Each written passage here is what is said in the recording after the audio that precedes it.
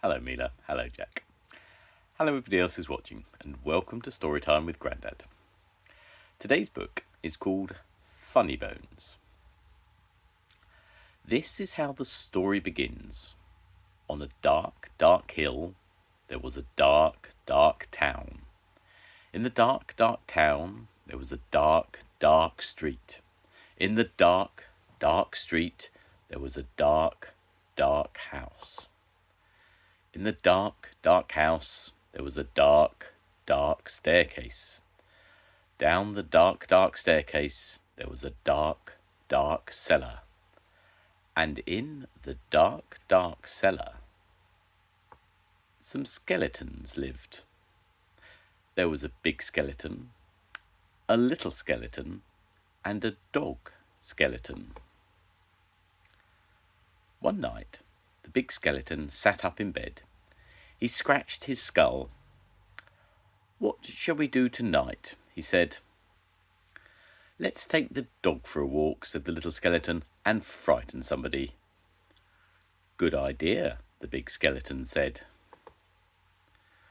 So the big skeleton, the little skeleton, and the dog skeleton left the dark, dark cellar, climbed the dark, dark staircase, and stepped out into the dark, dark street. They walked past the houses and the shops. They walked past the zoo and the police station. They went into the park. The big skeleton scratched his skull.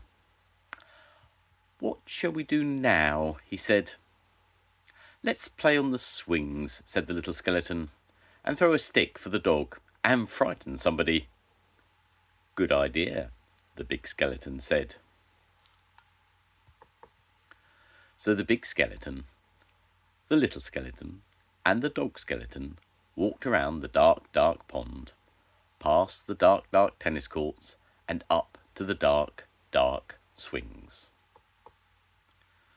The big skeleton and the little skeleton played on the swings.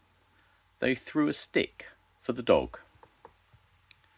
Suddenly, something happened. The dog skeleton chased the stick, tripped over a park bench, and bumped into a tree, and ended up a little pile of bones. "Look at that," the big skeleton said. "He's all come to pieces. What shall we do now?" "Let's put him together again," the little skeleton said. So the big skeleton and the little skeleton put the dog skeleton together again. They sang a song while they did it.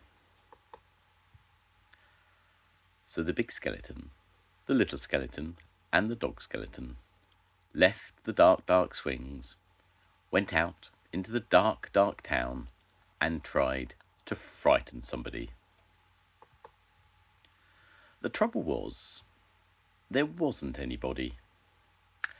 Everybody was in bed. Even the policemen in the police station were in bed. Even the animals in the zoo.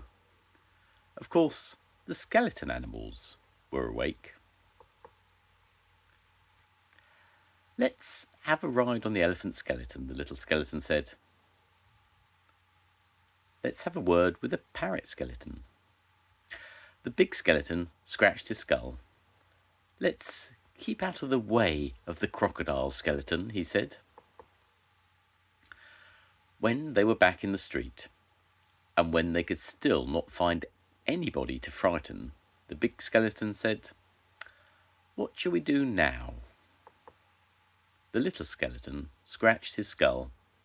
"Let's frighten each other," he said. "That's better than nothing." "Good idea," the big skeleton said. So after that, the big skeleton frightened the little skeleton. The little skeleton frightened the big skeleton and the little skeleton frightened the dog skeleton, and the dog skeleton frightened them. They hid around corners and frightened each other. They climbed up lampposts and frightened each other. And they jumped out of dustbins and frightened each other. All the way home. And that is how the story ends. On a dark, dark hill, there was a dark, dark town. In the dark, dark town, there was a dark, dark street.